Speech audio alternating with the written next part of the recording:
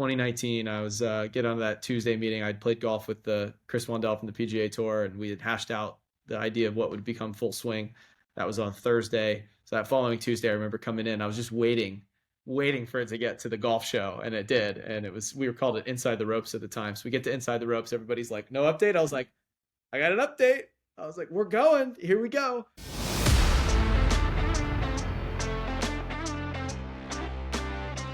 Ladies and gentlemen, welcome to the Whole Story Podcast. Jonathan, man, do we have a guest for today? Listen, we've talked about this before, the ridiculous nature of the people that are willing to say yes. And we keep elevating, going higher and higher I can't believe they're on the show. And I think this one is going to take the cake so far. No disrespect to our previous guests. You've all been great. However, Chad, go ahead. Who was it? Chad Mumm. So I want to share a little story. So August 21st of 2023, I sent Chad a message on Twitter, now X, and I said, hey, man, this is when we first had the podcast, right? So this is season one. We were like 4 months. 12, 15 episodes in. Yeah. And I sent him a message, said, hey, we'd love to do it, no response. The 19th of December that year, I sent him another message saying, hey, we'd love, never heard anything. August 21st of 24, sent him a message because that was the anniversary of the first time I said it. Hey man, anniversary time. I'll keep checking in every year, see if you want to do it. And maybe I was just on the wrong platform, because then I responded or sent him a message on Instagram. Yep. And he responded, was like, hey, let's set it up. Met him at golf camp down in Florida with the Del Campo folks and Scratch, which was awesome. We got this lined up, and we have Chad Mumm as our guest on the Whole Story Podcast. How crazy is that? Again, it just keeps going crazier and crazier. To anyone out there listening, trying to think of what we should do, I say it all the time. In 5 years, it will be 5 years. And it has now been almost exactly 2 years to the date that we're recording this. And here we are 2 years later. We've got Chad Mumm, director of Full Swing, and everything else that's in the golf world. I can't wait for Adam Sandler. I just completely skipped my brain. Happy Gilmore too. Happy Gilmore too. So the list of what Chad's done, just to roll it out. And for those that, the name Chad Mumm doesn't ring a bell. So Full Swing's probably one of the main things. He's got a media company called Pro Shop. They are in partnership with the PGA Tour, so they have access to the archives of all the videos. But they got Pro Shop, Full Swing. They've now done 3 seasons. The Creators Classic, so we see these, YouTube, social media guys just played down at the Players Championship. He does the Vanity Index podcast. He's doing that with Wells Adams. I don't know, have you listened to that yet? It's really good. I have, yeah, absolutely. And then Happy Gilmore 2 coming out this summer. And then one thing I'm really excited about is the Skins game that he's doing. But, he's doing all these creative things in golf. Scratch and, Sugarloaf Social Club that is... got those guys with Ian, and so just a lot of fun things, and I was just really excited to have him on, and he was exactly what I hope he would be, just one of the nicest people in the world. So I think everybody's going to love this episode. Yeah, just if you love golf and you're hanging out with people who love golf, it's an easy conversation to have. So hopefully you'll enjoy it as much as we did. And if not, that's okay. We really enjoyed it. So we had a great time. And that's what somebody asked us the other day, well, how long are you going to do this? And we're like, Jonathan and I are having the time of our lives doing this. Yeah. We get to go play golf at incredible places. We get to talk and meet all new incredible people, and we're having fun. So, and we get to hang out with each other, which just makes it all the better. So, great episode. Y'all enjoy it. Shout out to our friends at Summit. Be Dratty, Zero Restriction, Fairway and Green. We are looking better than if we weren't wearing this stuff. But yeah, they are supporters of the show. We really appreciate them. Dan Drellinger, everybody on the Summit team. We just can't thank y'all enough. And kind enough to give you guys who are listening or watching this 20% off. So check out any of those websites. Use BestBall20 for a code and get a little discount there. Also want to shout out Western Birch. We are about to be scattering some golf tees all over the UK, both in Ireland and Scotland. Not all over. We got a couple of destinations. We'll have to go back and scatter some more other places. Right. Yeah, check out westernbirch.com. Get your logo in the tees. We saw some the other day with Twilight Golf Club. They had bought some from Western Birch, so it was a lot of fun. But yeah, appreciate those companies that want to do some things with us, and always on the lookout for who might be next. But yeah, if you have any questions or thoughts or comments about anything that we do, shoot us an email, reach out to us on our social channels. We'd love to hear from you. And yeah, I hope you guys really enjoy this episode as much as we had talking with Chad. So without any further ado, Chad Mumm.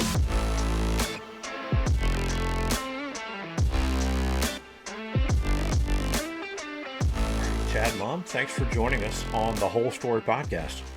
Great to be here, guys. Yeah. Well, let me get the awkwardness out of the room. I did some digging on the homework, and I have to confess, I am a South Carolina Gamecock, and you are a Georgia Bulldog. So I feel like we can still be friends through all this. You know what? I am still a visor guy after all those years of getting beat by Spurrier in a visor, both at Florida and at the Gamecocks. So, I think we can set aside our differences and, let golf be the unifier. So The golf is definitely a unifier, and the Georgia program has quite a lineage of golf guys out there on the tour right now. So they're doing well. But no, man, this is fun for us. Like we said, we are all about golf stories, and we are fascinated by everything you are doing in the golf space and how you tell stories in different ways. But we're really interested in kind of your backstory of how you got into the game of golf. I know you've played for a long time, but where did that first begin? Did you grow up playing? Did you play all the other sports? How did golf enter your life? so golf's been, an obsession of mine since I was in probably eighth grade, but I started playing when I was 6. My dad was a Air Force pilot. My grandfather also was an Air Force pilot. And so we moved around a lot as a kid. The military life as a military brat, you're moving every like 2-3 years. You're kind of inventing yourself again and again as a child.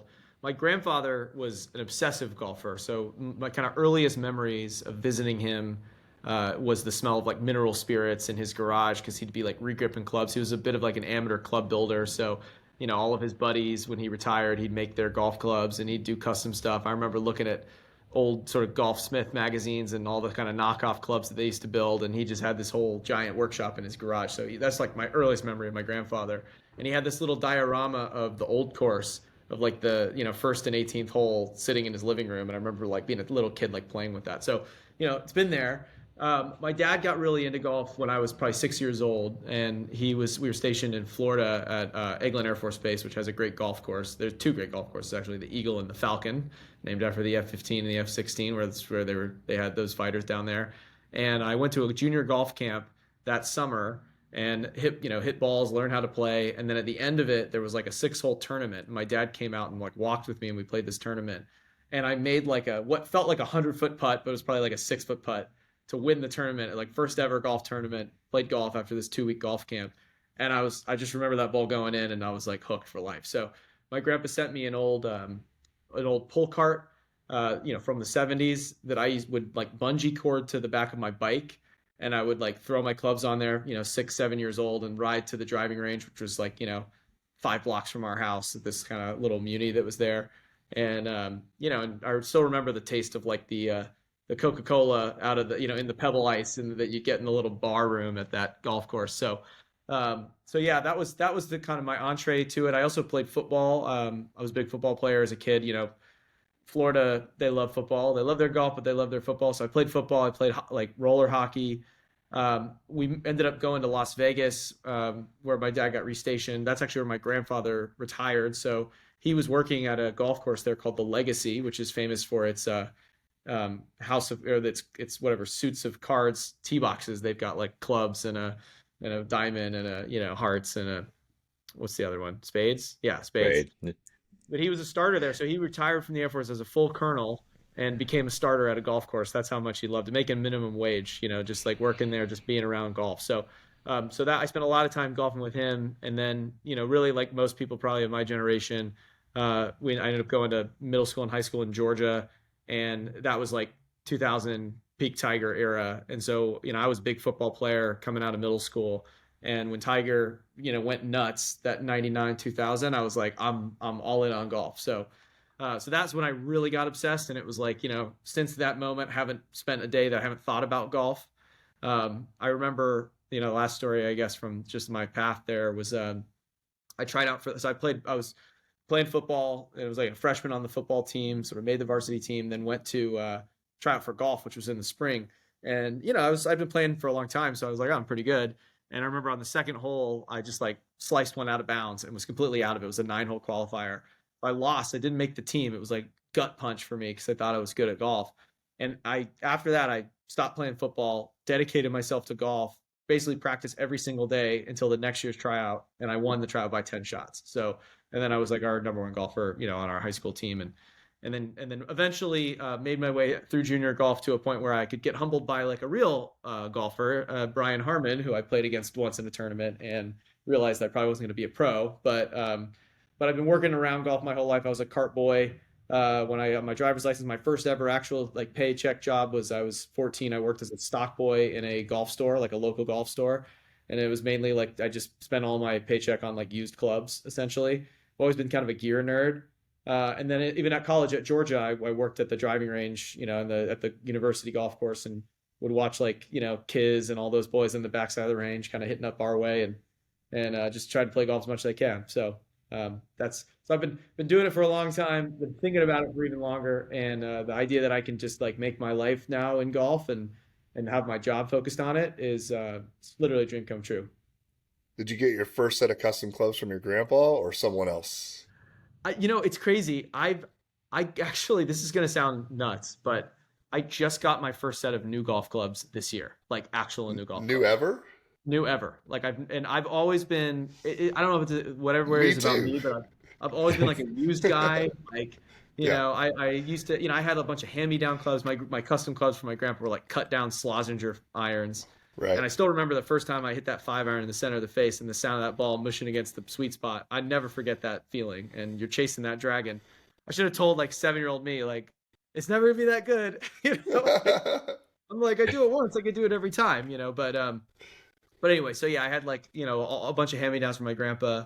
And then my golf coach, the local pro at my when I was in high school, gave me a set of like MP14s. He was like a Mizuno staff guy, so I gave me an old set of MP14s with the sweet spots worn out, which was a great way to learn how to practice and hit those sweet spots, when you're kind of getting good for the first time. Yeah, don't And then, make the spot any bigger, right? no, no, Yeah. no. That's right. Don't make it bigger. And then, and then like, honestly, even like, coming out to LA and being a producer and doing a bunch of stuff, like I just can't, I could never like justify like buying new clubs for whatever reason. It was like a thing in the back of my head. So I had like an old set of P790s that I bought used. I bought these really sick Japanese blades, which I don't think I have in my office, but they're Yururi, like flat back blades that are dope, but I couldn't find them new. So I got them on eBay. So I was playing those for a little while. And we started working with Titleist. We did this doc for them that premiered a couple months ago called Excellence in Process. And when we started working with them, they're like, hey, we'd love to have you out at TPI to get fit for clubs. They're like, I'm sure you've already been custom fit. I was like, I've never been fit. I've had a driver fitting, but I've never been fit for irons. So it turns out I've been playing clubs the wrong lie angle my entire life. I need to be 2 degrees flat. I need to be a half inch over standard. Like insane. Like got rid of the left miss like immediately. My handicap was 2 shots better within 6 weeks of getting those custom fit, and I felt like an absolute fool. So anyway, so I finally got my new golf clubs, which I've been putting a lot of miles on. Yeah. Well, that's something on the list for Jonathan. Jonathan just got clubs for the first time, new did. clubs as well. He went from the flex shaft, and he was an old baseball player, so he was slicing. He's a lefty, slicing it hard left, and now he's dialing that in a little more. So There you I go. just What- had my what'd you fourth get? lesson. Oh, wow. Yeah. So what do you know what you're going to get yet? I've got Mizunos. I have no Oh, idea yeah. what else they are. I talked to the guy, Gimme Golf Club out of St. Louis. Shout out to Kenny. We were chatting about it. He's started talking through it, and so yeah, I apparently I hit the ball a long way and I swing fast. I did a 200-yard 7-iron at 136 ball speed the other day, and it went straight. And then I went and Ooh. played golf, and I wanted to quit and throw away my clubs. Yeah, So that like, is the if that thing about doesn't this. sum up the entire round of golf, Just sums up golf in a nutshell, man. I mean, absolutely. I've been there. I'm coming off of a little slump right now too, and it was like, a month ago I was like balls going everywhere I wanted to, and then 2 weeks ago I was looking down at the club and I'm like, what even is this? I don't even know which way to hold it. It was awful. That's what makes me laugh. Your podcast, The Vanity Index, and I'm sitting there thinking, I don't want to tell anyone my index. There's nothing vain about it. I mean, maybe like I could stay here forever and then start hustling people, but there's nothing good about it. Listen, that name is close to home for me.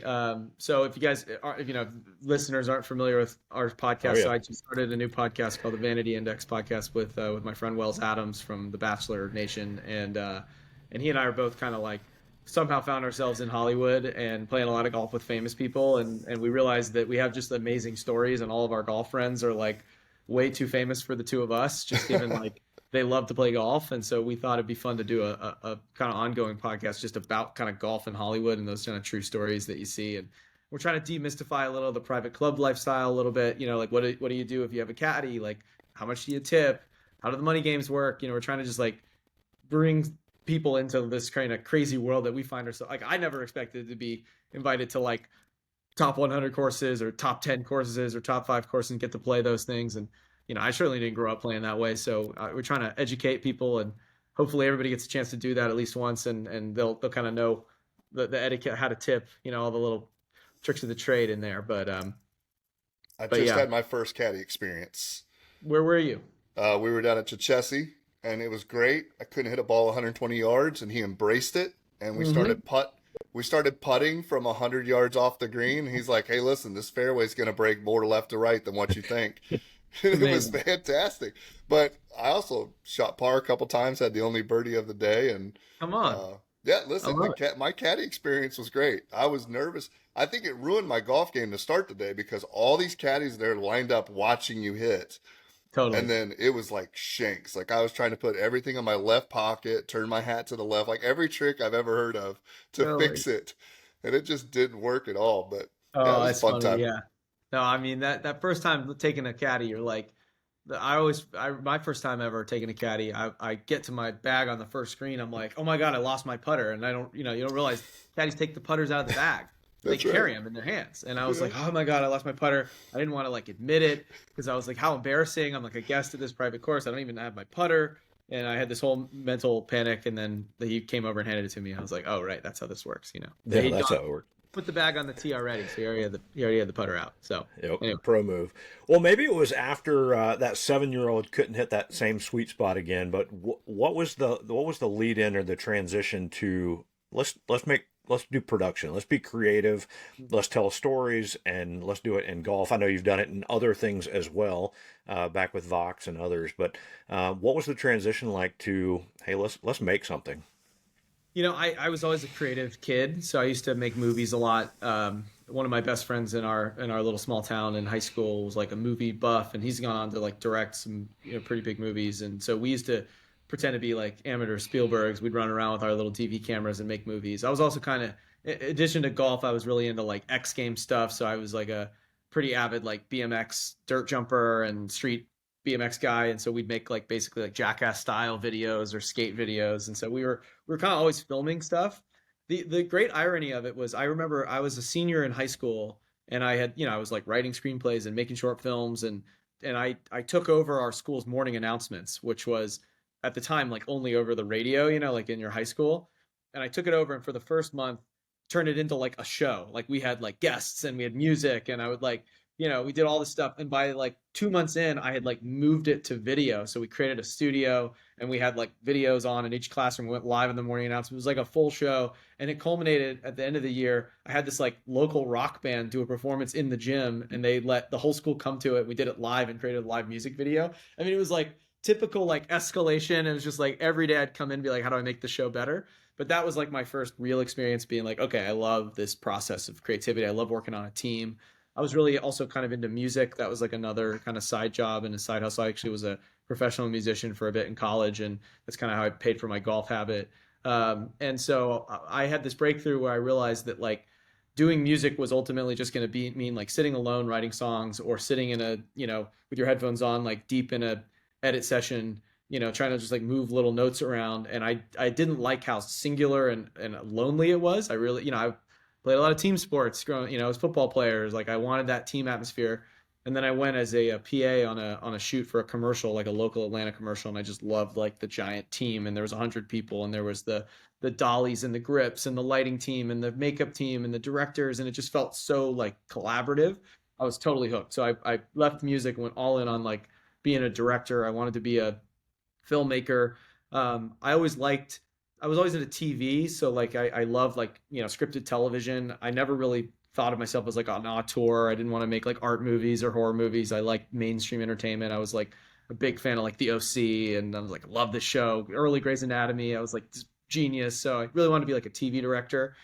And then I got into digital media when I graduated college. I moved to New York City. I started in digital media, and then kind of eventually found my way to film and TV, like back to film and TV after being one of the first employees at Vox, making a ton of digital content. It was like very early to like online video. I created this web series for this website called Engadget, which was a tech site, still is a tech site, but like back in 2009 was like it was that and Gizmodo. They were like early blogs that did like monster traffic, and so we created like a talk show that was essentially a tech version of Inside the Actors Studio. And I remember going in and meeting the editor in chief, and he said, they had gotten a quote to do it from this other production company, and they'd said $250,000 to do an episode, and I was like, I'll do it for 40 grand. So he's sure. Can we do it next month? And somehow pulled it off and ended up running that show for sort of 3 years. We won one of the first Webby Awards ever awarded. We won for that series, and that kind of led me on this path of video and creativity. And then in 2015, I moved out to LA to start Vox Media Studios, which was essentially our film and TV business. And we went about a little different from how most publishers, because Vox is a publishing company, we had all this infrastructure to make web video. And so I figured we'd make a lot more money if we made it ourselves instead of just subcontracting that out. So we had to talk, the networks into it. But ultimately, the hardest sell you'll ever make in entertainment is your first. It's kind of like they used to talk about the old rockets, the Saturn V. It was like nothing ever changed on the rockets because you can't update it unless it's been to space before, because they just want consistency. The hardest sell in entertainment is your first one. But we made a sports doc about the Laramie Tunsil recruiting scandal, if you remember that, for Ole Miss. And that one kind of broke us out. And then from there, we sold a show called Explained to Netflix, which is a doc series, kind of a short form documentaries. We did like 80 episodes. It had like 5 spinoffs. It was one of the kind of first hit like doc series on Netflix. And that just like ballooned into this massive film and TV studio. And Full Swing was obviously like, so how I got back into golf, and that was my sort of dream project. I first pitched the PGA Tour on doing it in 2012, and it took till 2019 for them to finally agree to give me the rights to go and do it and develop it with them. And then we sold it to Netflix in 2021 or end of 2020, filmed it in 21, premiered season 1 in 22, and it was just like I've been off on a rocket ship ever since. Yeah, we talk about long journeys and stuff, and we're on season 3 of The Whole Story podcast. We've been doing best ball for a little while. And we talk about, it's the progress, right? Like slow steps.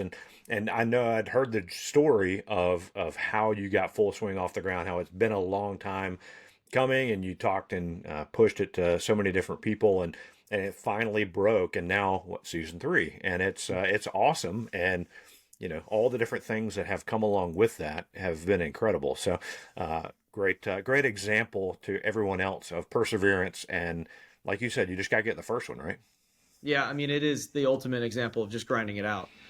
It was fortunate that I ran the studio, so I led our development team, and I had a rule that if we had a big team of executives whose job it was to go find projects and shows and develop things and make partnerships and put projects together. And, a real production company that was as big as the one that I was running, you need 75 to 100 projects on your slate at all times, and really like those businesses really only make money if you've got 5 to 10 shows on the air at the same time, like in production at the same time. So you really need like volume. That's the business.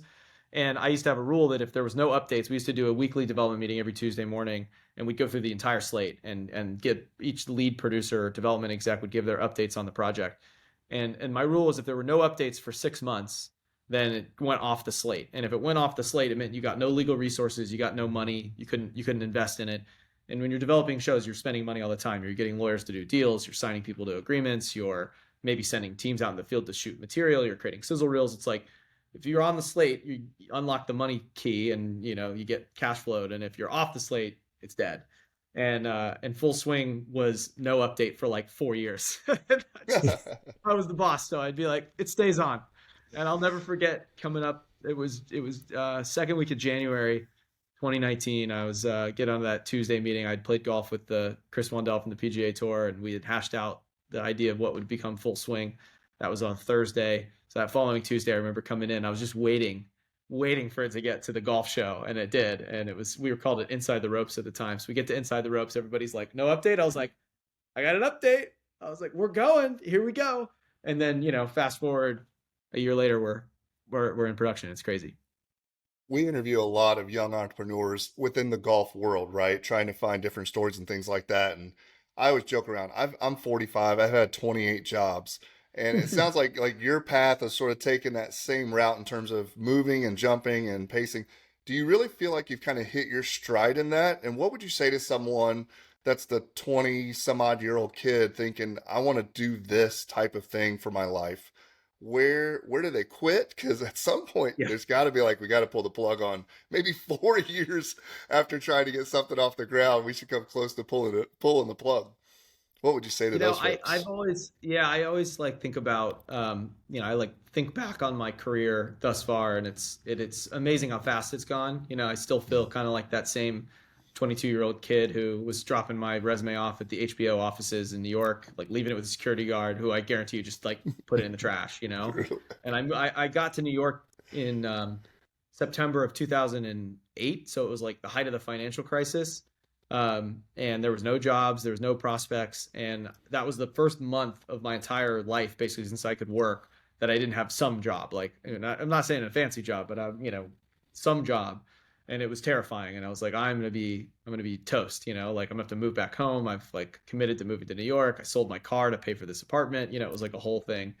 And but you just got to keep going and keep grinding. And I think like I've never been a goals oriented person. Some people I know who are very successful are very motivated by like they've got these goals they've written down, and they want to be CEO of Disney one day, or they want to like X, Y, and Z, successful entrepreneur, all this stuff. And I never like set goals that way. I think about my life and my career as sort of a direction.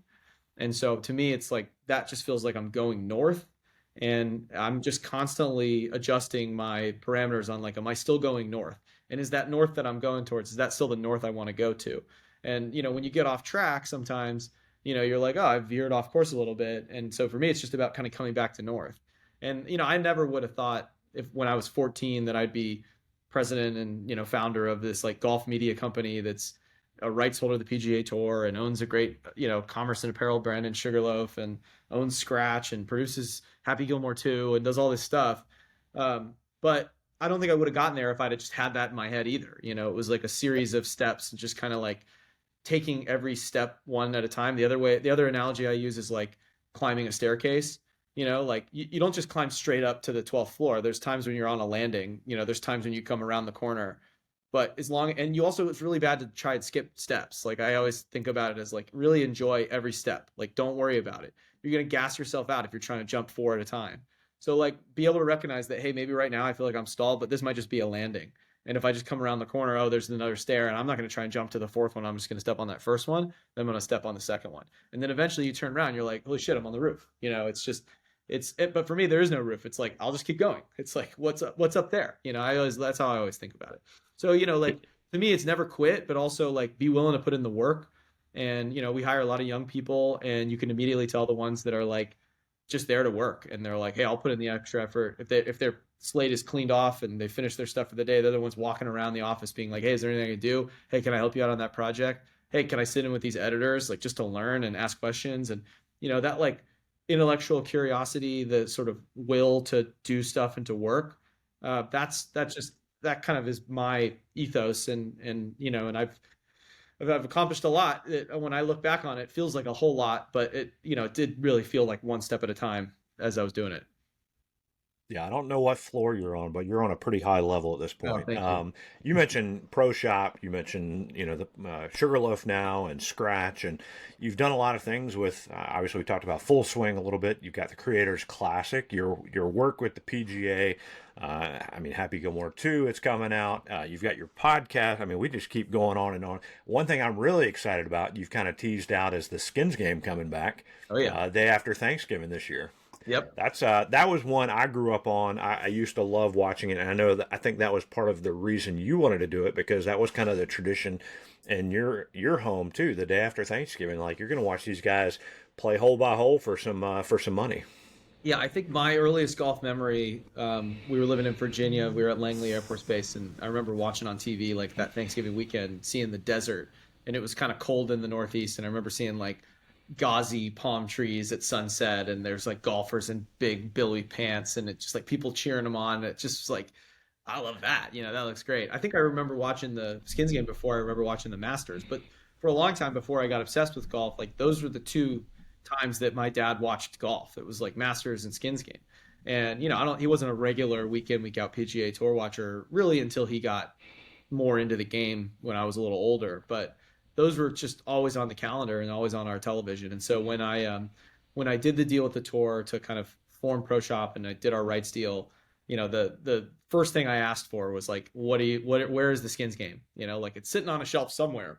Like, do you guys own it? Can we get it? How do we bring it back? And so that was like demand number one, not demand, but like that was the thing I wanted most. And so we did our deal and announced that we were bringing it back in November. And I guess it was early December, and yeah, can't wait to resurrect it. I think it's the one piece of IP that's like kind of sitting dormant in golf. It's just this like beloved. It has an amazing logo. It has all this great history and heritage. There's so few tournaments in modern day golf that have heritage, like real heritage, that all the greats of the game have played in. That we have those rights, we have those footage, like that footage, we have all that archive, and it also has like a real identity. And I think that I look at like the great events in golf, they all have a real clear identity, and none better than the Masters, obviously, like the ultimate kind of exercise in building an identity for a sporting event. But the Skins game has that too, and it was kind of, I guess, not surprising to me why it died. It kind of ran into the Tiger effect, to be honest, and when he wasn't playing, it just kind of died. But I think it's time to bring it back, and I think we're going to bring it back in a way that really feels fresh and different and modern, and ideally like it becomes a staple of that sports calendar again for the next 50 years. I was just going to ask, are you going to take it like hole by hole, decade by decade? So like hole one would be the original. You'll see it in some like grainy footage, and then hole two will plug up by, by 18 they're at TGL and it's all just virtual. You know what? That's a cool idea. That might be a good promo. I might have to put something like that together.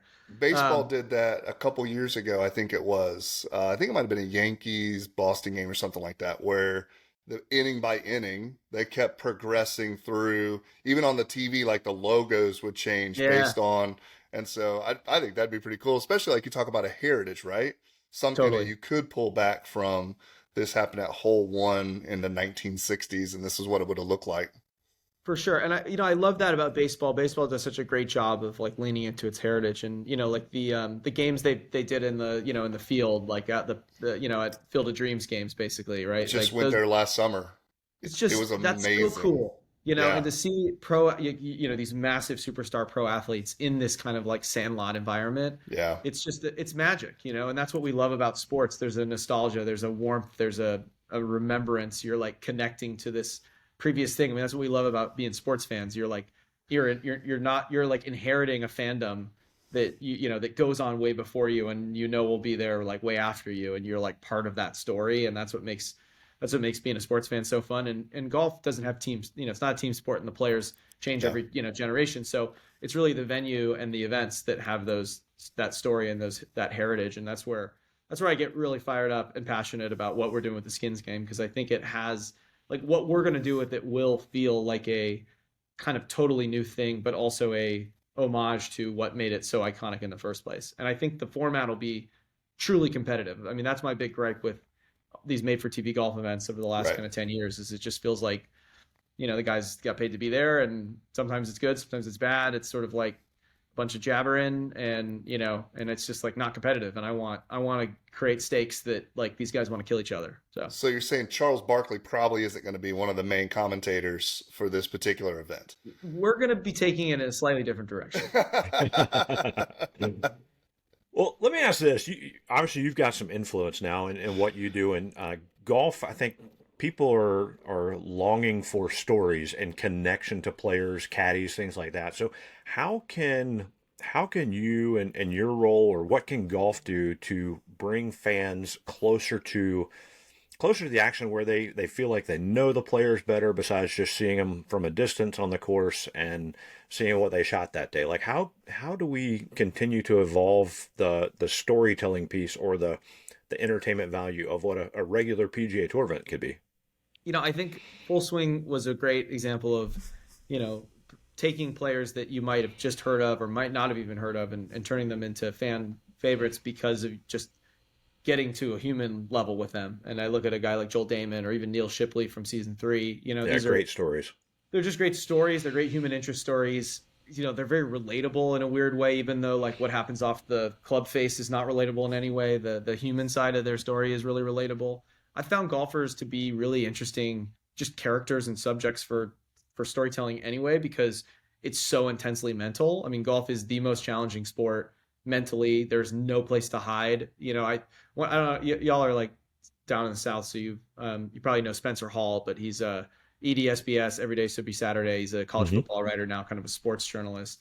And he wrote a piece the other day that I thought was brilliant for his Substack, where he basically talked about there's no ceiling to how bad it can get. And I think he had just watched the playoff when JJ Spawn had hit it in the water, and it was like the terrifying existential nature of that. Like there is no floor to how bad it can be out there. Like you could make 100 on a hole, and like at what point does it stop? It doesn't, and I think the quote that he had was like, there's nothing like watching someone drown on dry land in the prison of their own mind or something. And it's like only golf, really. Golf, maybe pitchers, have a little bit of that, but like it is golf. Get pulled.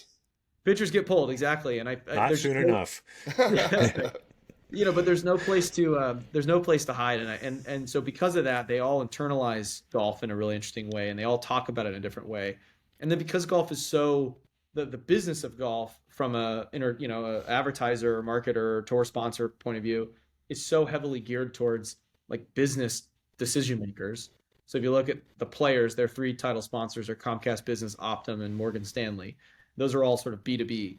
And so what that means is a lot of times those sponsors are around the players, and they're not like dunking over a Kia. They're like hanging out with CEOs, and they're talking to people, and they're going to dinners, and they're speaking in front of a crowd. And so even the, kind of the lowliest tour player, like they have partners, and their partners, they're not like 25-year-olds. They're 40-year-old business decision makers. And so these players, for the most part, are kind of used to talking in front of a crowd. They're used to, they also, golf's a social sport. So since they were little, they've been playing in foursomes with people older than them, younger than them, their peers, and you got 5 hours with people. So you're going to talk. So you get good at like kind of being around people. So in terms of pro athletes, golfers are really, really fun to talk to because they are good at talking in a really, kind of, I guess it's easy to understand why, their whole life they've been in a social sport. But it is really unique. And I found them to be great characters. I think, to come back to your question, Robbie, that was a very long-winded answer, through a Spencer Hall reference there. But I think that some of the efforts that the PGA Tour has made in the last 2 years to really get more fan focused is really making a difference. I think golf has a really strong independent media. So, obviously Pro Shop exists. We are an independent, Scratch is an independent media brand, but it's, the Tour is a part owner of our company. So we're a partner of the tours. But then you look at like the Fried Egg, or you look at No Laying Up's doing, and Barstool and Bob Dub Sports and Good and Bryson. And there's all these different ways that you can kind of cultivate, golf fandom and build businesses around the media ecosystem of golf that doesn't require you to have like a magazine or a rights deal. And I think that's really good for sort of expanding, people's knowledge of the game, but also their knowledge of these players. I think that the walk and talks that you see CBS first pioneered, I think the on-course interviews, that kind of stuff is really, really valuable, kind of getting inside a player's mind as they're experiencing it. And you see that in all sports. I mean, the NFL, they do halftime interviews, with the coaches. It's like, how come golfers can't do that? I think a little bit of is like the players kind of slowly coming to realize that they have to lean in. It's not entirely the job of the tour. It's the job of the tour to, bring them opportunities, but it's their job to be talent and be characters. And, I think the one thing that golf is missing is tribalism. And I think a lot of sports have what makes team sports great is tribal fandom. And I'm a big college football guy, obviously Georgia, and that kind of tribalism is electric. And you feel it at the Ryder Cup. There's a tribalism there. You feel it a little bit at the President's Cup, Solheim Cup. But at a normal PGA tournament, there's not a lot of tribalism. So I'd love to see, in a world where the live guys come back, like, don't pretend that it's all like copacetic. I would love for the entire golf media ecosystem to basically be honest about how much these guys, hate each other and like how they feel, and don't pretend that it's this gentleman's game and everybody's kosher. I think the idea of like bringing it back together and being like, Scotty Scheffler really wants to beat this guy who left for live because he's like annoyed by the fact that he left. And like, that's, whether Scotty gives that to you or not, I think that's a real thing. And I worry that, in the spirit of like bringing it all back together, everyone's going to be like hunky dory, but I love the idea of like rivalries and villains. You need colorful villains in any sport to create drama and tension. And, I thought not that Bryson's a villain, but I thought the Bryson Rory duel at the US Open last year was just had so much context, because it's just like the poster child for live, the poster child for the PGA Tour, like dueling it out in a US Open where like you're always a hair's width away from disaster. And it just is it's just great narrative. It's great TV. It's great sports. So, I think that I just say to the players to continue to like be themselves. I think there's also a notion to, you hit a bad shot and you throw a club or you punt your putter or whatever it is, or you smash a sprinkler head, breaks open, which is hilarious, by the way. I think that stuff, like they want to hide that stuff. And I think that's what makes it good. Like, I want to see it. I think fans like that stuff because it's relatable. We've all been there. So, I would say like lean into it. And, golf is always going to have its traditions, and it's a gentleman's sport for sure, but not really. I mean, golf has changed a lot. It's gotten a lot younger. It's gotten a lot hipper. I think you can, those guys can be free to act like athletes, in my opinion. Do you think they go the links? I mean, because you talk about like NFL Films made their entire world based on miking up players and editing to some extent, obviously, what was being said on the sidelines and the language. But even like MLB now, sometimes during live games, they got guys playing shortstop with a microphone going, "Oh, hold on, I got to go get this." Like, so do you think at any point in time they really do embrace that and say, "Hey, you know what? The player of the round, this is going to be Jordan Spieth. He's going to be mic'd up the entire time." NASCAR even does it, where now you can like literally go and listen to different cars and different engineers and different mechanics talk back and forth. Do you think they go that route, or is it still going to sort of be at some level? You mentioned the business, right? It's not the rowdy group that's promoting and sponsoring and doing everything. Do they want to sort of keep some of it hidden at some point? No, I mean, look, I think that they should do that. And I think that, we're on a trajectory where we will get there with that. I think the players, and it might not be this generation of players that fully embrace that, but it's certainly like the next generation, the Luke Clintons of the world, they grew up watching Good and YouTube golf, and they dream of being PGA Tour stars, but they also dream of being YouTube stars. And so to them, a successful golf career is like making content. And sometimes that content is your elite level golf translating into wins on the PGA Tour, wins at majors. And sometimes that's you playing a match against the Bryan brothers, on YouTube. And so I think that you'll get there. I think that it's the players have done things for a certain way for a long time. I also think it's a process, right? And you can, we dealt with that with Full Swing, where we'd get a player who'd be all in and our cameras would follow them into the golf course, and they'd play a great round, and they'd come home with us, and our cameras were there, over there. And the next day they're all excited, and we're out there, caddies mic'd, and then they shoot like a 75, and it's like, I never want to be in the show again. I mean, literally, like, we've dropped from the show. Like the next day, we've gone full access to like, I don't want to be in the show, in one day of like one bad round, because they, blamed us. Like, they didn't, not even like they noticed us there, but just in their head, they're like, this was a thing that was different for me, and I'm just like shutting it down. And, and that's like the fickleness of golf and their superstitions, and I get it. But I think that, to compete in a media ecosystem that is like really hard to compete for attention, you have to be willing to do that kind of stuff. I think TGL is going to help that a lot. I think those guys being mic'd up at TGL, even though it was just like hitting balls in a simulator, they were trying to win. It was competitive. The team aspect was really interesting, you know. And I don't think that like the rowdiness. I don't think you have to have a rowdy audience Right. to find a conversation between Jordan Spieth and his caddy to be really compelling. Even if you're a business, you know, if you're Accenture or your Comcast business, like you can make references to like how they plan. You know, I don't know. There's a bunch of ways you can kind of spin that into like corporate messaging. And I think that, you know, I don't know. I've been in a lot of boardrooms. There's still a lot of F bombs thrown around. So Yeah. Yep. Well, if all it takes to shoot 75 is for Full Swing to follow me around, like sign me up. If you're looking for a special on, this is what a 20 handicapper looks like on a real course. yeah, well, I'll you try got to see it with Trent I'll, Ryan at the Crater Classic 2 weeks ago. I mean, shooting 61 for 8 holes is that's kind of that's what I expected it to look like. that's exactly what it does look like. Jonathan and Trent would compete well against each other. We should set that matchup. There's no vanity indexes between those guys. Nope. No, I didn't have a golf. I didn't. What it's a golf index, right? Or Yeah. handicap? Yeah, sorry. I didn't have one for the longest time, and literally my line was, someone says, "What's your handicap?" I'd be like, "Golf." Golf. Like it's just a terrible disaster watching waiting happen. Well, man, we could talk about the ins and outs of how to tell stories and the development of golf and how to do it better. And I think you're doing an incredible job with it. And I know your time is short, so let's kind of get into one of the things we asked every one of our guests is the story, and maybe it's that 7-year-old, but the story of your most memorable golf shot. Most memorable golf shot. Let's see. I'd say my first hole in one was most memorable, and it was in the very classic golf. So this was maybe 8 years ago. I was my parents had moved down to North Florida, so they were near Eglin, where I first learned how to play golf, and we went out to that golf course, which was the first time, you know, first place I ever played golf, where I made that putt to win as a 6-year-old, that little 6-hole tournament. And it was my dad and it was my brother-in-law, who was a golf teammate of mine in high school, who ended up marrying my sister. And so we, you know, we've been best friends since high school and played golf on the golf team together. And, you know, golf was always our thing together.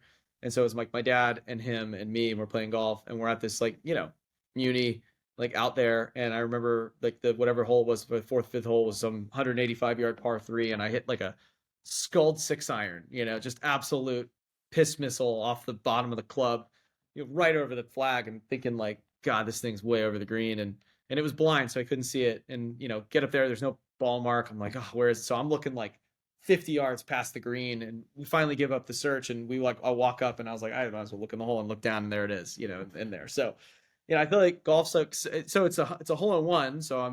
But I'm not even celebrating because I felt like I hit such a bad shot.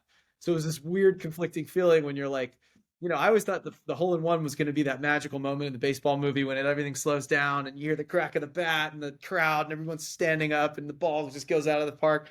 And no, it was like the opposite. It was like probably the worst swing of the day, and just my luck, it just goes right in the hole. So that's probably the most memorable round. I have had a second hole in one that did give me that moment at my home course in LA in front of a bunch of my friends on a par three, and I flushed a 9-iron. It landed behind the hole and spun back in right in front of all of us. And that was the one I got to celebrate. But you know, that being there with my dad and my brother-in-law, and the place where I learned how to play golf, and that's the place after playing for 25 years that I finally, you know, get to write one on a scorecard is pretty special. Imagine if you'd had custom clubs a long time ago. You'd probably have a lot more. You know what the best part about it is? That scorecard has an ad for the local Hooters on it. That's how low rent that is. Got a framed scorecard that's got a Hooters ad in it. So there was no caddy tip that day. No caddy tip that day, no. All right, that's awesome. Another thing we like to do is what we call the quick nine. So just a little back and forth here. First question is, what is the favorite course that you've ever played? Augusta. Yeah. Yeah. Well, then this won't be the answer to the next one. Course that's at the top of your bucket list. I've been really lucky to get to play almost all of those courses in the last few years. Top of my bucket list would probably be, honestly, going back to the old course. I think, you know, I played it once, and as soon as I came off the 18th hole, you know, it was getting dark, and all I wanted to do was just, like, walk over back to the first tee and play it again. So if I could just stop right now and go play any golf course in the world, completely unfettered access, you know, as much as I'd love to go back to Augusta, my choice would be going back to the old course. Love it. A good option. All right. Who is in your dream foursome? And this doesn't have to be pros. It could be family, unless you don't want to offend anybody. I think Tupac is our probably craziest answer that we've ever had. Oh, that's a good one. We had That's it an twice. Twice. Yeah, We did have twice. Tupac twice. Yeah. For me, it would be that kind of my ultimate golf foursome: my dad, my grandpa, and my uncle. My uncle played golf at UNLV. He's a great player. My grandfather, the Colonel, he's still alive. He's going to turn 90 this year. He's still shooting his age. And my dad's the only one who doesn't play golf still. Unfortunately, he had injured his back. So the idea of getting us all back out there on the course, now that I can get us onto some pretty good places, that would be the dream foursome for me. It would be fun. All right. Who's going to play you in a movie? I think the answer to that is probably Bradley Cooper, but I've heard that a lot. I like it. That's a good option. And he can sing too. So you got your musical background, man. That'd be a good Yes, story. Well, he it'd be plays like golf. He plays golf, so I've heard. I haven't played with him yet, but I've heard he plays golf. What's his vanity index? That's a great question. If I ever get him on the show, we'll You have need to to ask get him on the podcast. Come on. All right. What is your favorite TV show? The Simpsons. The Simpsons. Excellent. Product of your era. Yeah, but only the first 9 seasons. So, Yeah. golden era Simpsons, no question. Could probably recite every episode, every single joke.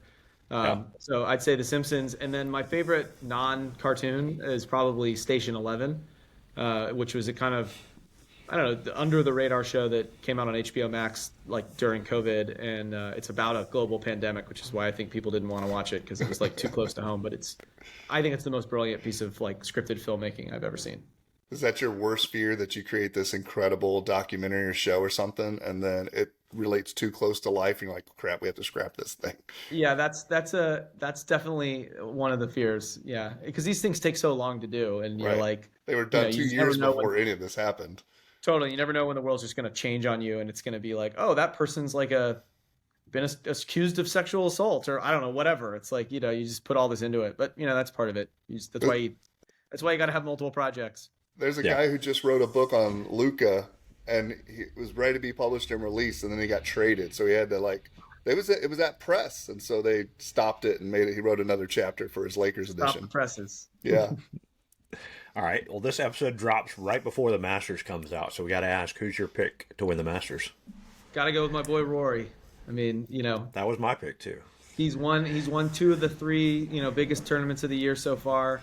He seems to have his wedge distances dialed in. He's got this fearsome game face on now, and I think he's on a warpath. So I think this is the year he gets it done. Man, full swing season 4 with Rory celebrating. That'd be pretty good. Be pretty great. That'd be pretty good. What is your favorite snack on the golf course?